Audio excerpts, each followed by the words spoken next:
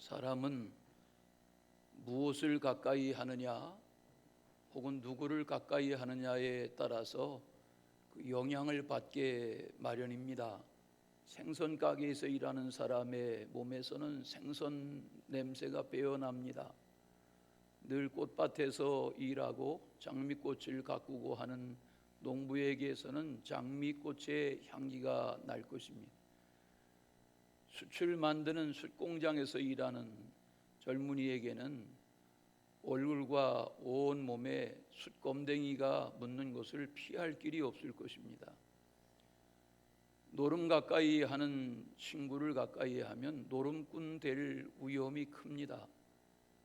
마약을 가까이 하는 이의 곁에 넘석거리면 나도 마약에 취해 살 위험이 커집니다.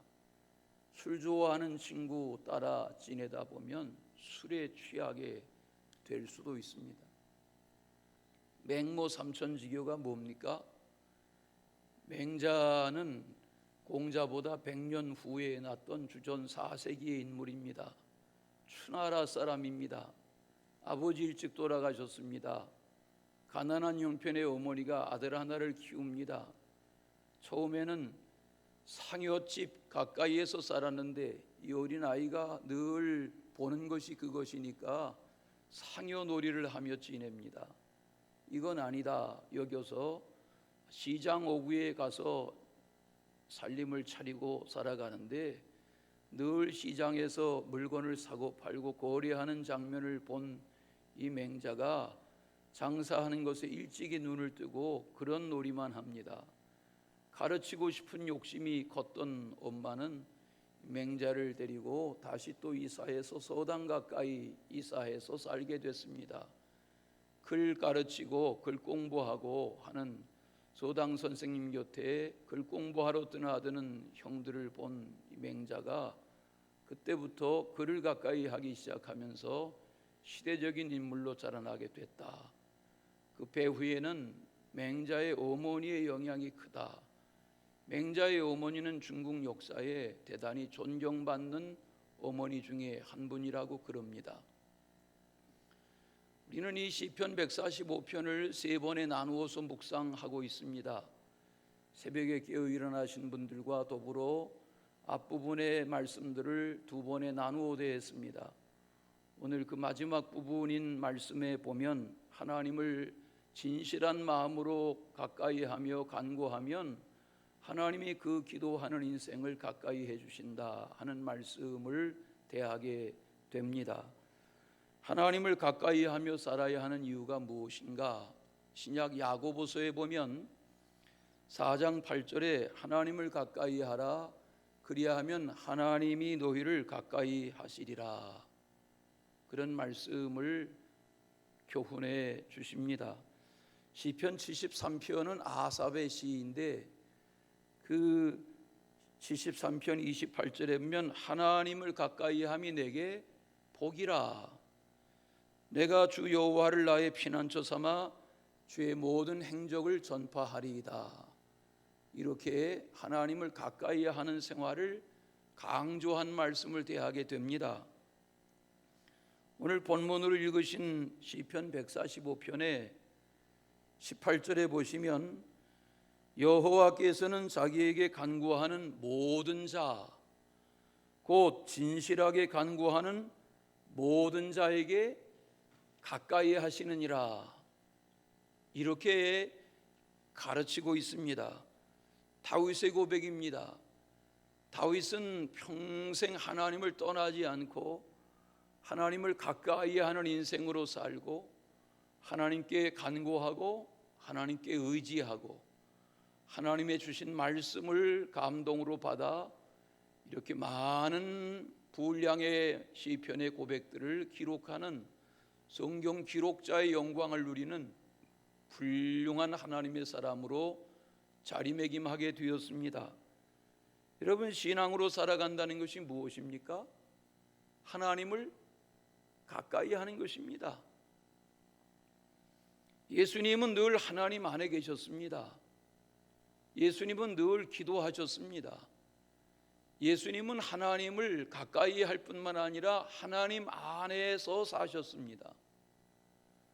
예수님 안에 하나님이 계셨고 하나님 안에 예수님은 한 분이셨습니다.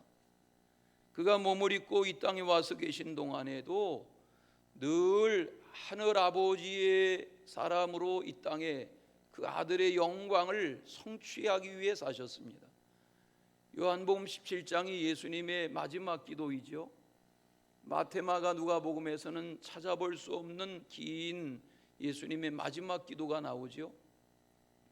거기 보면 10절에 내 것은 다 아버지의 것이요 아버지의 것은 다 내 것이온데 이렇게 기도합니다. 내 것이 다 아버지의 것이고 아버지의 것이 다 내 것이란 말이 무엇입니까? 예수님은 하나님을 가까이 한 정도가 아니라 하나님 안에 곧 하나님이셨습니다. 예수님 안에 하나님이 계시고 하나님 안에 예수님이 계셨습니다. 우리가 하나님을 믿는다 혹은 그리스도를 믿는다 하는 것이 무엇입니까? 요한복음 15장의 포도나무 비유를 우리가 잘 압니다. 너희가 내 안에 내가 너희 안에 이 말씀을 하십니다. 그 말씀을 나중에 더 풀어서 자세하게 가르쳐 주십니다. 너희가 내 안에 거하고 내 말이 너희 안에 거하면 원하는 대로 구하라 그리하면 이루리라. 주님 안에 거한다는 것은 주님을 가까이 한다는 것은 주님의 말씀을 가까이 하는 것입니다. 주님의 말씀은 살아있는 말씀이어서 주의 말씀을 가까이 주의 말씀을 친근히 하다 보면 나도 모르는 사이에 보이지 아니하는 그 하나님의 능력이 말씀의 권세가 나의 삶을 이끌어 가십니다. 이것이 말씀의 힘입니다. 성도가 진실한 마음으로 하나님 앞에 간구하면 그 간구하는 인생을 하나님이 가까이 해주신다. 이런 체험적인 고백으로 기록한 감사 예배 시가 오늘 시편 분량 중에 다윗의 73편의 시편 중에 가장 마지막 시편인 오늘 이 145편 말씀입니다. 오늘 말씀의 제목을 길게 정했는데 성경 본문대로 정하려 하다 보니까 간구하는 모든 자에게 가까이 하시는 하나님에 대한 말씀을 오늘 말씀에서 대하게 됩니다. 첫째는 붙드시고 일으키신다 그랬어요. 누구를? 하나님을 가까이 하면 가까이 하는 인생들을 하나님은 붙들어 주시고 인도해 주신다고 말합니다. 14절을 보십시오. 여호와는 모든 넘어지는 자들을 붙드신다고 했습니다. 여기 넘어지는 자들이라는 말은 스스로의 힘으로 설 수 없는 연약한 인생들을 말합니다. 나는 내가 다 할 수 있어. 그렇게 교만한 인생이 아니라 나는 하나님이 없이는 살 수 없습니다. 하나님이 나의 힘의 근본이십니다. 하나님이 나의 지혜의 근본이십니다. 하나님이 나의 모든 것의 원천이십니다. 이렇게 하나님을 의지하고 하나님께 진실하게 간구하는 인생들을 하나님은 넘어질 때라도 붙들어 주신다 하는 체험과 약속을 고백하는 것입니다. 여러분, 사람이 약해질 때 보면 왕이라도 별것 아닙니다. 사람이 권력의 옷을 입고 명예의 옷을 입고 주어진 사회적인 지위의 옷을 입고 그리하다 보니까 굉장해 보이는 것 같지만 인간이 무너지고 죄악에 빠지고 약해지고 쓰러지고 넘어질 때 보면 인간이 아무리 대단해 보여도 하나님 앞에서 별것이 아닙니다. 여기 말씀에 보시면 14절에 비굴한 자라 이런 표현이 있는데 우리 성경에 왜 이렇게 번역했는지 모르겠는데 그 가파프라는 원래 히브리 성경의 표현은 굽히다, 절하다, 복종하다 그런 뜻입니다. 사람이 어떤 경우에 절합니까? 어떤 경우에 굽힙니까? 나보다 더 힘이 있는 힘 앞에, 나보다 더 능력이 있는 능력 앞에 사람들은 허리를 굽히고 절하게 됩니다. 그런데 절하는 경우라는 것은 약한 모습을 말하죠.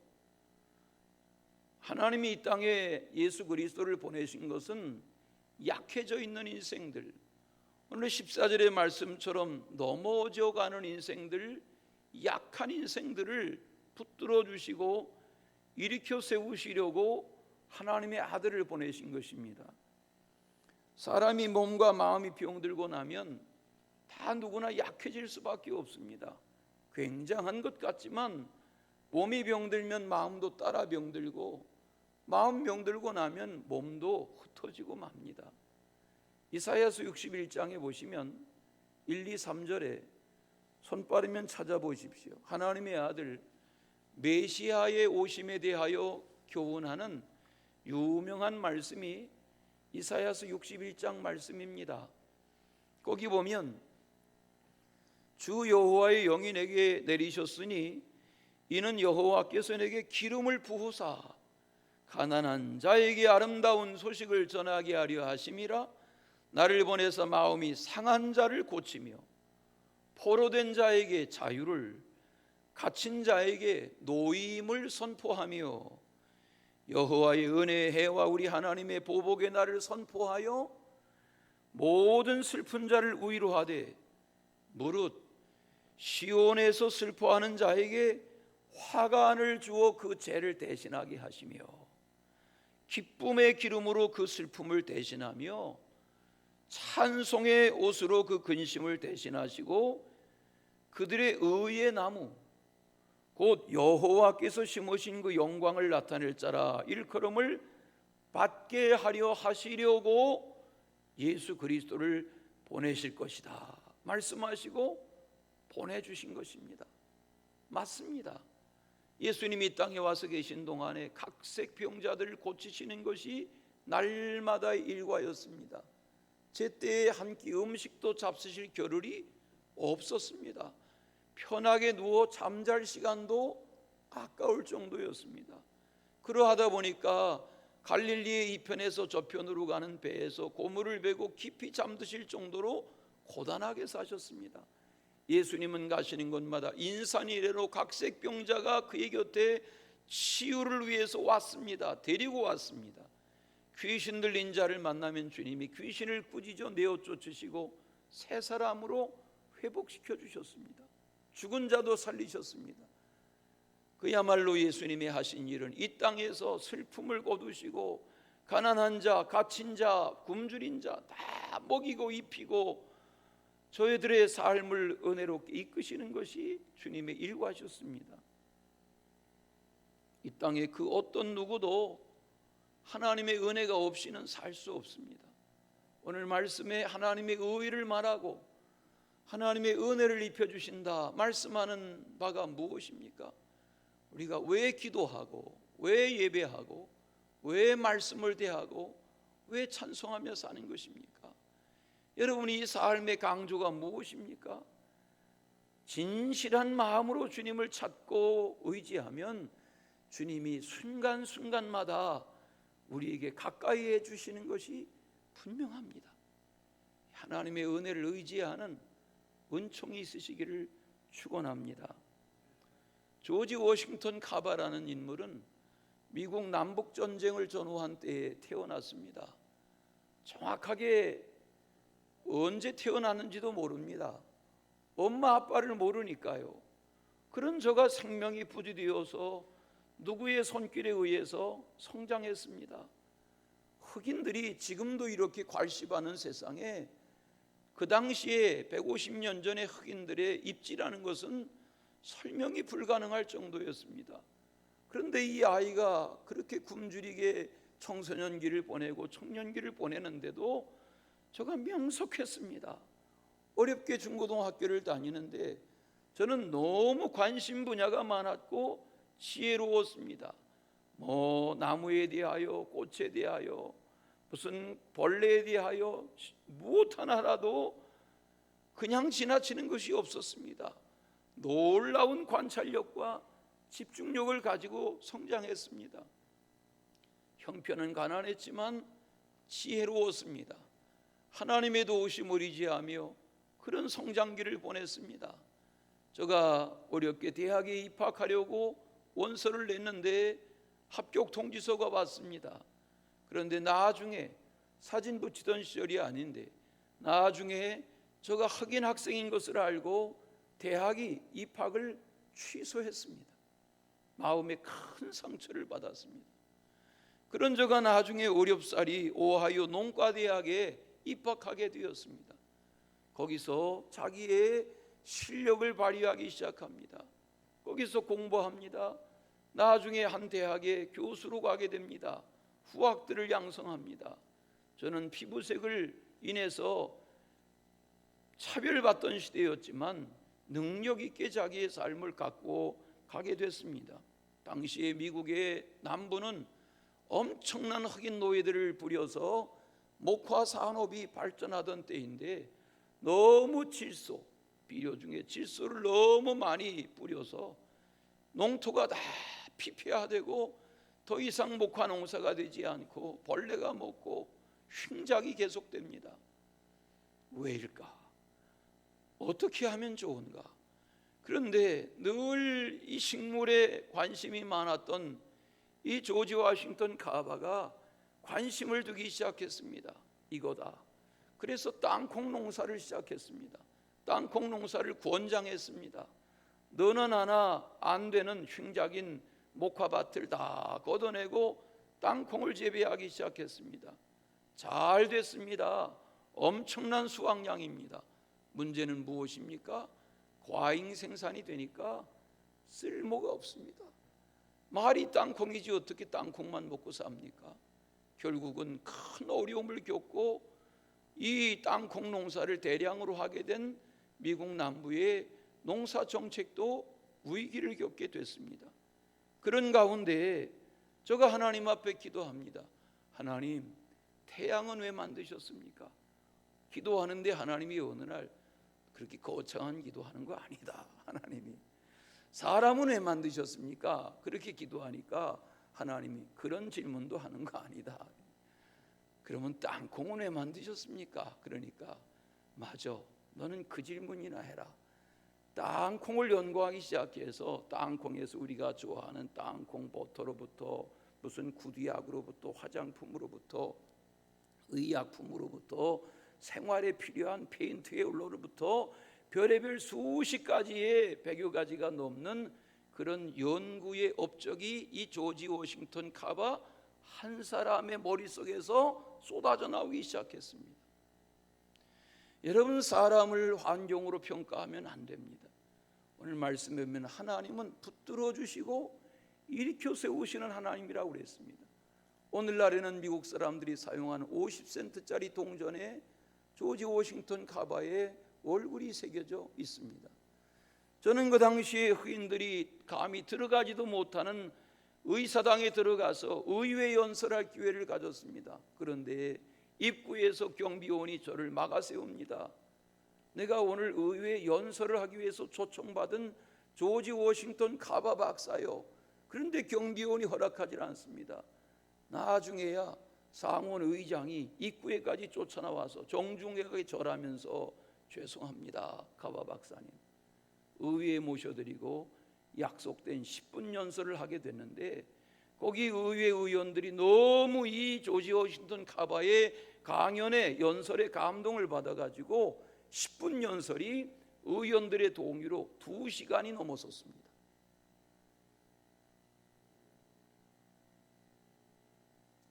그는 간디와도 교제했고 에디슨과도 교제했고 헨리 포드와도 교제하며 지냈습니다.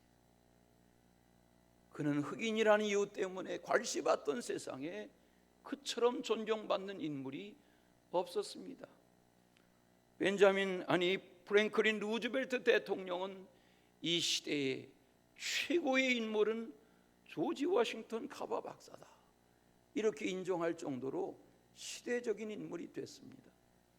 우리는 최근에 시편의 말씀들을 대해왔습니다. 다윗에 대하여 많은 말씀들을 새벽마다 대했습니다. 여러분, 다윗이 누구입니까? 다윗이 명문학교를 나왔습니까? 옥스포드에 유학했습니까? 부잣집의 아들입니까? 예루살렘 도시의 명문가 출신입니까? 아닙니다. 저는 이스라엘 변방 시골 마을 베들레헴에 나이 많은 아버지의 8째 막내로 태어났고, 그 베들레헴 가보니까 험산 줄령입니다. 산악지대입니다. 다 구릉지로 되어 있고, 우리가 룻기에서 보아스의 무슨 넓은 밭을 이야기하지만 넓어봤자 별거 아닙니다. 그런 여건에서 보리밭을, 밀밭을, 그리고 몇 그루의 포도나무, 감람나무, 무화과나무를 키우고 양 몇 마리 키우는 그런 시골 노인의 막내 아들인 다윗, 저가 오늘 우리가 말씀을 묵상하는 성경의 기록자인 다윗이 되었습니다.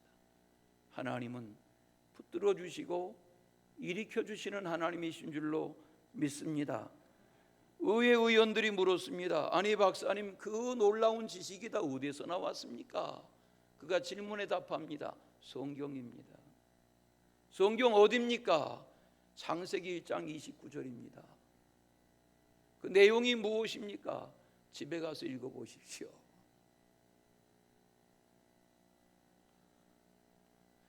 성경이 땅콩에 대하여 가르친 적은 없지만 하나님은 우리의 필요를 채우시되 지혜를 주시고 붙들어 주시고 일으켜 세워 주시고 함께 하시는 분이 하나님이신 줄로 믿습니다. 너희 중에 누구든지 지혜가 부족하거든 모든 자에게 후히 주시는 하나님께 구하라, 그리하면 주시리라. 야고보서의 말씀처럼 우리가 하나님 앞에 기도하고 기도하며 사는 그런 은혜의 나날 되시기를 축원합니다. 두 번째는 먹을 것을 주시며 소원을 만족하게 하신다. 아니, 고작 먹을 것에 대하여 말씀하나? 오늘 말씀에 보면 그런 표현이 나오지 않습니까? 하나님은 하나님을 경외하는 자에게 먹을 것을 주신다, 그리 말씀하고 있습니다. 여러분, 굶주려 죽는 사람들이 여전히 지구상에 많습니다. 그러나 대개의 사람들은 굶어 죽거나 못 입어 죽거나 누울 자리 없어 죽는 경우는 거의 없습니다. 왜 죽습니까? 사람은 늙어 죽는 것이 아닙니다. 성경은 분명히 말합니다. 사람이 죽는 것은 정한 것인데 그 후에는 심판이 따릅니다. 사람은 죄의 삭스로 죽는 것입니다. 하나님을 가까이 한다는 말이 무엇입니까? 인간이 스스로의 노력으로 지혜로 해결할 수 없는 죄의 문제를 해결받는 길이 하나님을 가까이 하는 길입니다. 그리스도 안에서 사는 길은 그런 은혜입니다. 예수님이 제자들이 예수님, 선생님 기도를 가르쳐 주세요 이렇게 말하니까 이렇게 기도하라 하고 가르쳐 주신 기도가 주님께서 가르쳐 주신 기도죠. 그 기도의 내용 가운데 이런 기도가 있죠. 오늘날 우리에게 일용할 양식을 주옵시고. 여러분, 이 기도가 놀라운 기도입니다. 오늘날이 무엇입니까? 지금 우리에게가 무엇입니까? 일용할 양식이 무엇입니까? 여러분, 우리는 우울한 소식을 들으며 이 때를 지냅니다. 누울 자리가 없어서입니까? 지위가 없어서입니까? 권력이 없어서입니까? 그에게 허리 굽혀 인사하는 사람이 없어서입니까? 왜 인생이 불행해지는 것입니까? 오늘날 우리에게 일용할 양식을 주시는 분이 누구신지를 몰라서입니다. 한 끼 음식 앞에 불평하면 안 되는 이유가 무엇입니까? 작은 소찬이라도 감사함으로 대해야 하는 이유는 무엇입니까? 그 음식이, 그 먹을거리가 나의 생명이기 때문입니다. 하나님의 은혜를 진심으로 감사하며 살 줄 아는, 그래서 나의 생명의 공급자이시고 나에게 먹을거리를 주시고 나의 삶을 인도하시는 분이 하나님이시다. 믿음으로 살아가는 은혜가 함께 하시기를 축원합니다. 왜 탐심으로 살면 안 됩니까? 왜 과욕하면 안 되는 것입니까? 인간은 그 탐심과 과욕으로 인해서 다 부끄러워지고 무너지는 것입니다. 동남아에 가면 무슨 코끼리 구경도 시켜주지만 길거리에서도 팔뚝 같은 뱀을 목에다 두르고, 미안합니다, 뱀 이야기, 뱀을 목에다 두르고, 그리고는 뭐 능수능란하게 뱀을 다루면서 사람의 키만한 뱀을 목에다 둘둘 감고 지내면서 지나가는 관광객들을 부릅니다.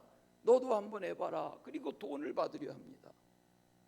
용기 있게 하는 사람들이 있죠. 여러분, 뱀을 가까이 하면 안 됩니다. 특히 꽃뱀을 가까이 하면 큰일 납니다. 아름답게 생긴 뱀일수록 위험합니다. 제가 어제 이 말씀 묵상하려고 뱀 들여다보니까 2013년도에 7년 전에 한양대학교에 초등학교 5학년 때부터 뱀을 좋아해가지고 뱀 사달라, 뱀 사달라, 엄마 아빠가 절대 안 된다 하는데도 너무 뱀에 취해서 하니까 이 아이에게 애완용으로 뱀을 집에 사다가 이렇게 해주는데, 냉동실에다가 냉동쥐를 갖다가 사다가 쌓아놓고 먹이고. 잘 들어보세요. 그런데 이 아이가 그렇게 중고등학교 시절을 보내면서 가장 부드러운 생물 뱀, 이런 제목으로 이미 고등학교 때 연구서를 책으로 냈어요. 한양대학교 생명공학부에서 이 학생을 특별 전형으로 면접해서 입학시켜줬어요. 지금 7년 세월이 지났으니까 이미 졸업하고 그 분야의 훌륭한 학자가 됐겠죠. 그는 꿈이 뭐냐? 그러니까는 이 땅에 뱀의 독을 연구하는 세계적인 학자가 되는 게 꿈입니다. 제가 사진 자료 보여드리려다가 너무 끔찍해서 안 보여드리는데, 그는 누런 황금 구렁이를 목에 감고 손에 감고 집안에서 그러고 지내요. 그런 경우는 특별하지만 뱀을 가까이 하면 하와처럼 아담처럼 누구처럼 다 무너지고 맙니다. 오늘 말씀은 하나님을 가까이 하라, 여호와를 가까이 하라. 할렐루야. 주님을 가까이 하며 주님의 주시는 일용할 양식을 구하며 진심으로 감사하며 살 줄 아는 그런 은총이 있으시기를 축원합니다. 마지막은 보호하시고 구원하신다 그랬습니다. 보호하시고 구원하신다. 오늘 말씀의 뒷부분에 보시면 거기 19절, 20절, 21절 말씀에 그런 교훈을 다윗이 하고 있습니다. 19절, 그는 자기를 경외하는 자들의 소원을 이루신다. 또 그들의 부르짖음을 들으사 구원하신다. 여호와께서 자기를 사랑하시는 자들을 다 보호하신다. 악인들은 다 멸하신다.